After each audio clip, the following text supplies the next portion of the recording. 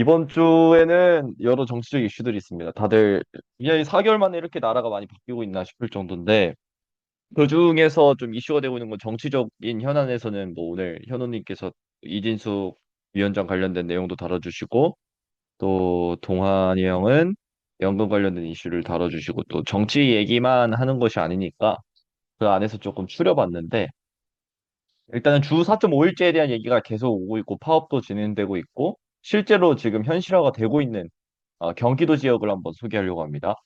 두 번째로는 이번 국정감사에서 그 노동부 장관이 나와가지고 얘기를 하는데 노란봉투법에 대한 언급이 있긴 했어요. 결국에는 또 노동자 편을 드는 듯한 그런 개정안을 또 얘기를 하더라고요. 지금 개정이 필요한 거는 기업이 너무 망할까 봐 개정이 필요하다고 얘기를 하고 있는데, 그래서 막 시행령 얘기도 하고 있고 그래가지고 그 부분 한번 말씀드릴 거고, 또 많은 법인들이 현재 폐업을 하고 있습니다. 근데 이 폐업의 이유는 당연히 뭐 최저시급 관련해서도 있을 거고, 자영업 하기가 힘들어졌기 때문에 그런 경우들이 많아졌다.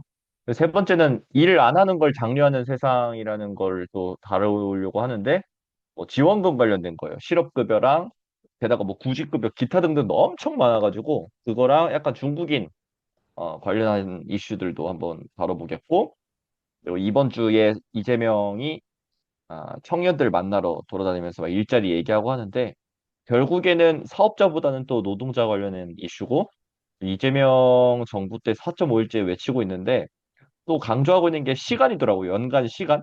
주 몇 시간 그걸 넘어서 이제는 연간 몇 시간 그게 목표래요. 그래서 그 부분 한번 기사에 나온 거 말씀드리겠습니다. 일단 이건 뭐 유명하죠? 억대연봉 금융노조. 그래서 주 4.5일 파업 벌였고, 실제로 지금 협상 중에 있고, 제가 듣기로는 금요일은 뭐 오후 3시 정도까지만 근무하는 방안 이런 것들도 나오고 있다고 합니다. 그래서 오대은행이 일단 연봉이 이래요. 근데 이런데도 지금 그 4.5일만 일하고 급여는 그대로 가져가겠다. 이런 맥락인 거예요. 그래서 근로 시간이 예를 들어서 단축이 되면은 고객도 불편한 것인데, 이렇게나 지금 국민들을 대상으로 불편을 유도하고 기업을 대상으로 나는 일하지 않겠다 협박하면서 주 4.5일제가 현실화되고 있고, 기업도 뭐 들어줄 수밖에 없는 분위기. 그리고 이게 또 웃긴 거예요, 이게. 근무 시간이 줄었을 때 기업에서 충당하고 그 월급을 충당한 것뿐만 아니라 이제는 나라가 도와주고 있습니다. 나라가. 월급 그대로 줘야 되니까 일 안 하더라도. 그래서 인당 26만 원. 이게 뭐냐면 가장 최근에 이제 이분 누군지 아세요? 이분 한번 이분 아는 사람 채팅 퀴즈입니다. 이 사람이 지금 주요 인물이에요. 이 사람. 경기도지사 힌트. 경기도지사 김동연 씨입니다. 경기도지사 김동연 씨. 핵심은 근로시간을 줄이면서도 임금을 유지하겠다. 근데 이거를 유지하는 게 심지어 이제는 나라가 개입해서 유지해 준다는 거예요. 기업이 돈 더 주는 것도 아니고, 이 사람들이 일을 더해서 돈 더 받는 것도 아니고, 나라가 개입해서 임금을 유지시켜 주는 아주 착함. 그래서 경기도에서 지금 실제로 기업을 모집했어요. 야, 주 4.5일 할 사람 모여라 해가지고 가장 최근에 있었던 4.5일제 방식 세 가지가 있다면, 일단 매주 뭐 하루는 오전만 근무하게 해주는 거예요. 뭐 예를 들어서 저는 화요일만 오전 근무할게요 하면은 하루가 아니라 절반만 하니까 4.5일째 이렇게 하는 것도 있고, 그리고 두 번째는 2주에 한 번은 하루 쉬는 거예요. 그냥 뭐 금요일 안 나가요, 뭐 월요일 안 나가요, 2주에 한 번은 하루 휴무. 그러면 총 2주 단위로 봤을 때 10일 일하는 게 아니라 9일을 일하니까 평균 4.5일째를 유지하는 거고, 또 이게 또 상당히 무섭다 볼 수 있는데 주 35시간만 일을 하면 그 출근을 안 해도 되는 거예요. 나머지 그 이상의 근무는 자유롭게 뭐 더 일하고 싶으면 더 일하는 건데, 이것도 또 그 안에서 제한이 있겠죠. 근데 퇴근이 가능하게끔 만들었다. 주 시간을 이용해가지고. 그래서 스타트업 관계자들이 막 질문도 하는 거죠. 이제 업무가 너무 많거나 적거나 하는 현상이 있는데 스타트업은 어떻게 하냐. 아니, 많은 때는 아까 그 동환이 형도 말씀해 주셨다시피 뭐 학생들이 많이 오는 학기 중에는 급식 그 아주머니들께서 일하는 게 많아질 테고 방학 때는 없고, 이런 근로 환경들을 스타트업에서는 더 많이 마주할 텐데, 그렇지 그런 것들을 아예 고려하지 않는 4.5일제고, 또 하나 여기에 또 웃겨요. 이게 진짜 이번에 일어난 일이에요. 경기도에서 회사 같은 경우에는 4.5일제 지원금까지도 있어요. 지원금 아까 말씀드린 거, 그 월급 급여를 나라가 채워준다. 경기도에서. 그래서 전 직원이 지금 지원금을 신청하는데 딱 두 명밖에 못 받고 있대요. 왜? 왜 두 명밖에 못 받아? 절반 이상이 채용 지원금을 받고 있다. 이제 채용 지원금도 생겼습니다. 경기도에선. 그래서 4.5일제 지원금을 받을 수가 없는 거예요. 이미 채용 지원금 받고 있으니까. 그럼 이 26만 원 어디로 가는지 출처도 몰라. 예산은 거기다 또 쓰여. 그렇기 때문에 기업을 구하고 나서 이 두 명을 위한 4.5일제 지원금이 우리나라 예산으로 책정이 되고 있다는 겁니다. 그래서 이 일을 더 하냐 덜 하냐 이 사상과 이념을 떠나서 우리나라 예산이 지금 이렇게 낭비라고 하면 또 이 좌파들이 싫어할 수 있으니까 어쨌든 그 출처를 모른다. 어디로 흘러가는지. 그래서 경기도 종업원 1인당 월 최대 26만 원을 받고 있고 또 하나 나온 게 혼합형 4.5일제 개발도 추진하고 있습니다. 아까 말씀드린 거 있죠. 이런 거 세 가지. 매주 하루 오전만 아니면 격주 하루 휴무, 뭐 주 35시간 하고 나머지는 자율 출퇴근. 근데 여기에 또 무서워요. 이재명 정부는 임기 내에 현재 연간 근로시간이 1859시간인데 근로시간을 1700시간대로 줄일 방침이다. 1700시간대. 그러니까 주 며칠, 주 몇 시간을 넘어서 이제는 근로시간, 연간 근로시간까지도 줄일 방침이고 이게 그 혼합형 4.5일제의 또 하나의 방안으로 나오고 있는 거예요. 연간 근로시간.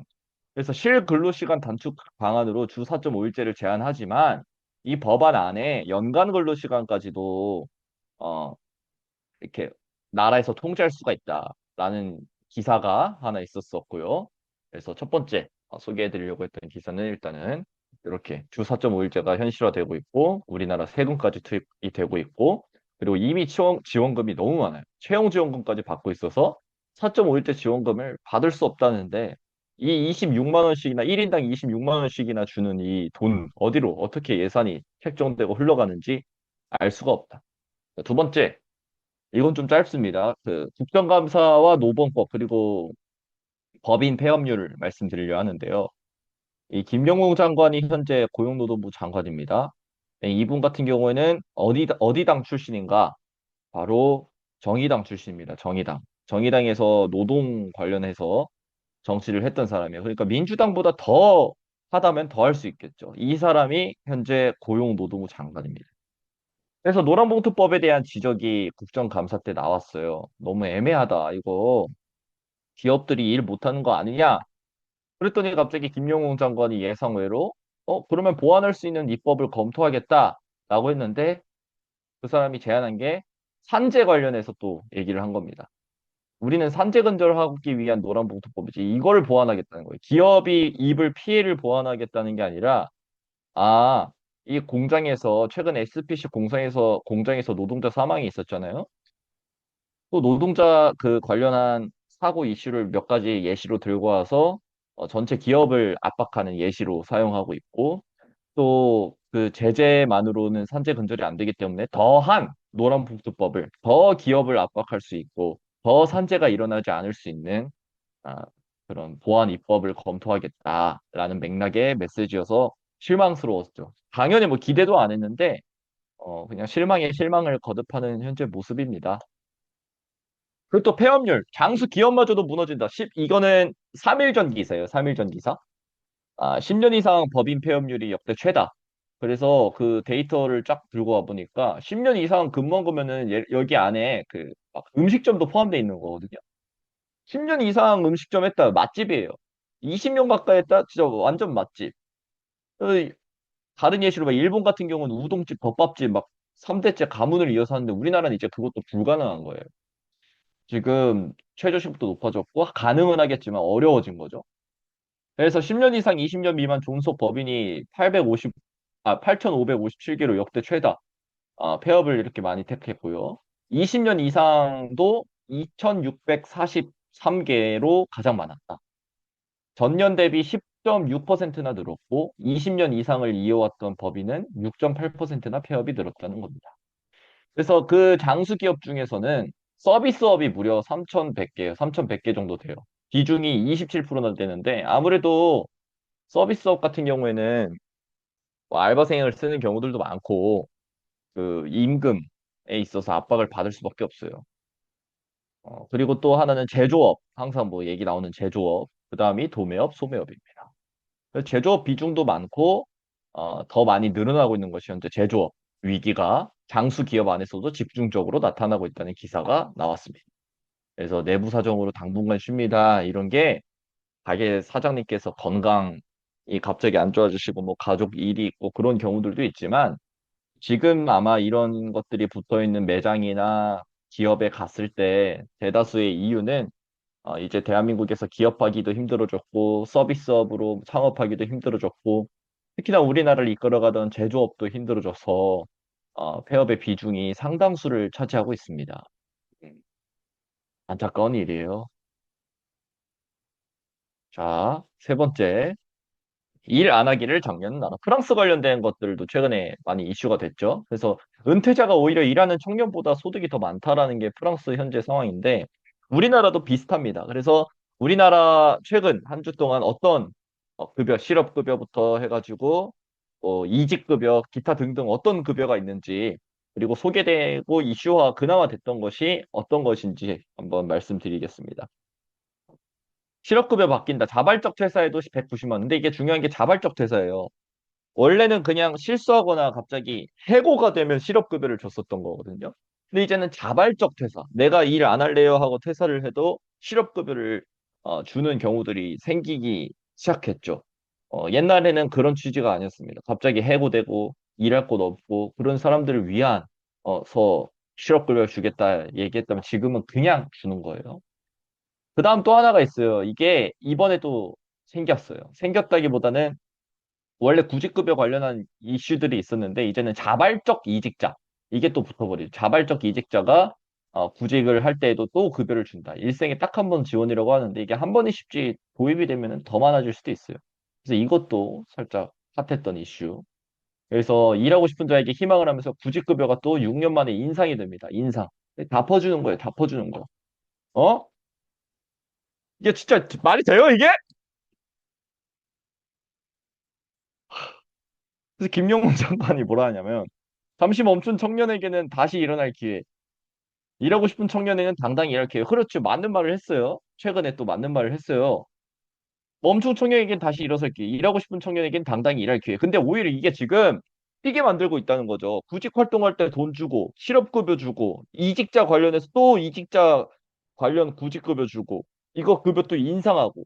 왜 취업습 인구가 늘어나고 있다. 2024년도 얼마나 2025년도에 더 늘어나겠습니까? 게다가 취업생 청년이 70%가 직장을 경험해서 취업 제도전을 지원해준다라는 거를 또 이번 정부에서 발표를 했고, 그래서 이거는 따끈따끈한 또 기사인데, 8개월 연속으로 지금 1조 넘게 지급이 됐대요. 실업급여로. 그리고 누적만 하더라도 10조 원에 육박한다. 매달 1조 다 갔다. 실업급여. 2대1리 기사. TV조선 기사에서는 이제 8개월 연속 1조 원 넘게 지금 매달. 그래서 도덕적 해이 우려, 작년 실업급여 부정수급 최대. 그러니까 그냥 이거 받으려고 일하다가 끊고 장기 근속을 안 하는 거예요, 거기서. 왜냐면 일을 하다가 끊고 돈 들어오면 그걸로 여행 다니고 그런 경우들이 더 많아졌다는 거죠. 근데 여기서 문제. 외국인도 실업급여가 먹튀를 하고 있다는 겁니다. 이거는 뭐 많이 논란이 됐었는데 지금도 중국인 무비자 입국하면서 얘기들이 많아졌어요.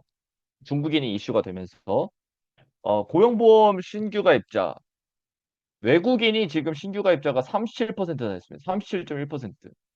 전체의 36만 명 중 13만 4천 명이 외국인이래요. 고용보험 신규 가입자가. 근데 여기서 또 피보험 기간 1년도 안 됐는데 외국인 실업급여 수급자가 대부분이 중국인. 지금 우리나라가 실업급여, 뭐 구직급여 청년들에게 주는 거, 그 사람들이 다시 일할 수 있게끔 환경을 조성해 주는 거, 그 기간 동안 경제활동을 할 수 있게끔 독려해 주는 거는 좋습니다만 중국인에게도 그리고 다 중국인 나라 국가뿐만 아니라 전체 외국인들이 엄청 많이 고용보험을 신규로 가입하고 있는데 이 사람들에게도 지금 이러한 실업급여의 혜택이 똑같이 주어지고 있다는 거예요. 심지어 고용보험료 납부한 금액보다 실업급여를 수령한 금액이 더 많아요. 761억 원이나. 지금 현재 이런 제도를 대한민국이 노동계에서 펼치고 있다는 겁니다. 자, 그리고 마지막 주제입니다. 이재명이 청년들을 만났어요. 그래서 내가 하는 말들이 웃깁니다. 최근에 게임 산업 15일이면은 오늘이죠. 오늘 근로시간 유연화를 또 언급을 하면서 이 게임 산업 하러 이렇게 찾아갔어요. 게임 산업 현장에. 근데 고용된 청년이 소모품으로 벌어지는 현상이 벌어지면 안 된다. 이게 제일 주요하게 밝히고자 했던 거예요, 이재명이. 그래서 성수동에 가가지고 사업자와 노동자 양측 의견을 모두 반영해서 지혜롭게 해결해야 된다고 말은 했지만 결국에는 뭐 노동자들을 소모품으로 버리면 안 된다 이런 프레임을 또 씌우러 갔고 그러면서 또 노동시간의 탄력적 운영 얘기에 대한 부분을 막 얘기를 합니다. 그러면서 노동자는 사장님 앞에서는 그렇게 말 안 하는데 뒤로는 죽겠다고 한다. 이어서 사업자만 보는 게 아니라 고용된 청년의 인권이 보장되지 않거나 소모품으로 사용되고 벌어지는 최악의 일이 생기지 않게 하는 것이 우리 일이라. 이것만 보더라도 어떤 생각을 갖고서 이런 만남을 지속하고 있는 건지 느껴지죠. 그러면서 도덕 감정에만 맡길 수 있는 것이 아니라 일종의 제도로 보장도 해야 되기 때문에 두 가지 충돌되는 문제를 지혜롭게 해결하겠다 얘기를 했고 또 청년 일자리 창출, 국부 창출에 크게 도움이 된다면서 특정 소수가 독점하는 게 아니라 많은 사람이 기회와 이익을 나누는 그런 좋은 산업으로 만드는 방법을 함께 논의하자. 이게 제가 더 웃겼던 건 게임 회사 가가지고 또 이런 얘기 하는 게 웃긴 게 게임 솔직히 하면은 진짜 제일 재밌는 거 한두 개 하지 사람들이 뭐 롤, 뭐 인기 있는 거 하지 이게 어쨌든 이슈화 누가 시키고 마케팅하고 완전 경쟁이거든요 게임은. 게임 어떻게 마케팅할 거고 어떤 선수들 쓸 거고 리그전이 왜 있고 리그전 어떻게 펼쳐나갈 건지 그 모든 게 다 완전 경쟁 산업 중 경쟁 산업이 게임 산업인데 다 물론 모든 산업이 경쟁이지만 근데 여기서도 지금 많은 사람이 나눠야 된다는 얘기하는 게 저는 웃기고요. 그리고 또 세액에 대해서는 뭐라 얘기를 하냐. 세액은 민감한 분야이므로 깊이 있는 논의가 필요하다라고 끝내버려. 더 이상 얘기를 하지 않습니다. 그리고 홍석천을 만납니다. 홍석천. 왜 만났지? 저는 이거 홍석천 만난 것도 조금 싫었어요. 개인적인 생각으로. 아니, 거기서 만나더라도 수많은 자영업자들이 있는데 왜 만났나 보니까 자영업자 대표로 홍석천이 갔더라고요. 아니, 더 멋있는 자영업자들 많은데 굳이 싶었습니다. 그래서 요즘에 막 만나러 다녀요. 자영업자, 청년 창업가, 노동자, 그리고 뭐 유튜브 크리에이터. 저도 초대해줬으면 갔을 텐데. 일반 시민 약 110명과 함께 이렇게 만났다고 합니다. 그래가지고 홍석천이 근데 또 맞는 말을 하긴 했어요, 방금. 뭐냐면, 잘하는 사람은 잘한다고 칭찬해주고, 빚을 성실하게 갚는 사람에게는 오히려 금리, 최근에 5천만 원 이하의 빚을 다 갚아주는 그런, 말도 안 되는 행동도 했었죠. 그래서 그러면은, 잘 갚는 사람한테 낮은 금리로 대출해주면 어떻겠냐라고 하니까 또 이재명은 회피합니다. 이자 혜택을 주는 건 가능하지만, 자영업을 하지 않는 국민들이 불공평하다 느낄 수 있다면. 그러니까, 애초에 자영업자의 목소리를 들으러 가는 것인데, 이 자영업을 하지 않는 국민들이 불공평하다라고 얘기하는 것이 더 자영업을 하기 힘들게 만드는 그런 생각이 그냥 뿌리 깊게 박혀 있다는 게 이 두 기사를 통해서 보였다고 저는 생각합니다. 그래서 부채청산 구조를 개선하는 데 도움이 될 것이다. 이 부분을 이해해 주길 바란다. 뭐 이런 식의 이야기를 했습니다. 그래서 오늘 총 네 가지 주 4.5일제가 어떻게 현실화되고 있고 경기도에서는 어떤 방식으로 주 4.5일제가 진행되고 있으며 더 웃긴 것은 근로시간을 줄이면서 임금을 유지하겠다는데 그 임금을 기업도 아닌 고용자도 아닌 노동자도 아닌 나라가 나서가지고 또 지원을 해준다. 경기도에서 이미 그러고 있다라는 거 말씀을 드렸고 국정감사 안에서 노란봉투법 개정 법안에 대해서도 논의를 했으나 기업적인 측면을 고려한 것이 아니라 노동자에게 더 유리해지는 불법 파업에 더 유리해지는 그런 흐름으로 이야기를 했고 폐업률이 높아졌는데 서비스업과 제조업이 대다수를 이뤘다. 일 안 하는 걸 장려하는 세상이 된 것은 이제는 실업급여뿐만 아니라 구직급여, 뭐 그리고 자발적 이직자에 대한 구직급여, 계속 급여를 그냥 주는 거예요. 다 무한급여. 그리고 프랑스랑 큰 차이가 없어지고 있고 심지어 중국인에게도 이것이 수많은 외국인 노동자들에게도 이것이 같이 우리나라 재정이 지금 위기인 상황 속에서도 이어가고 있다는 것이 안타까웠고 이재명이 그 청년들 만나면서 자영업자도 만나고 하지만 그 안에서 보여줬던 말들에는 이재명이 어떤 정책을 펼치려고 하는지 담겨져 있는 기사인 것 같아서 총 여러 가지 기사 종합해가지고 발표를 마무리하겠습니다. 감사합니다.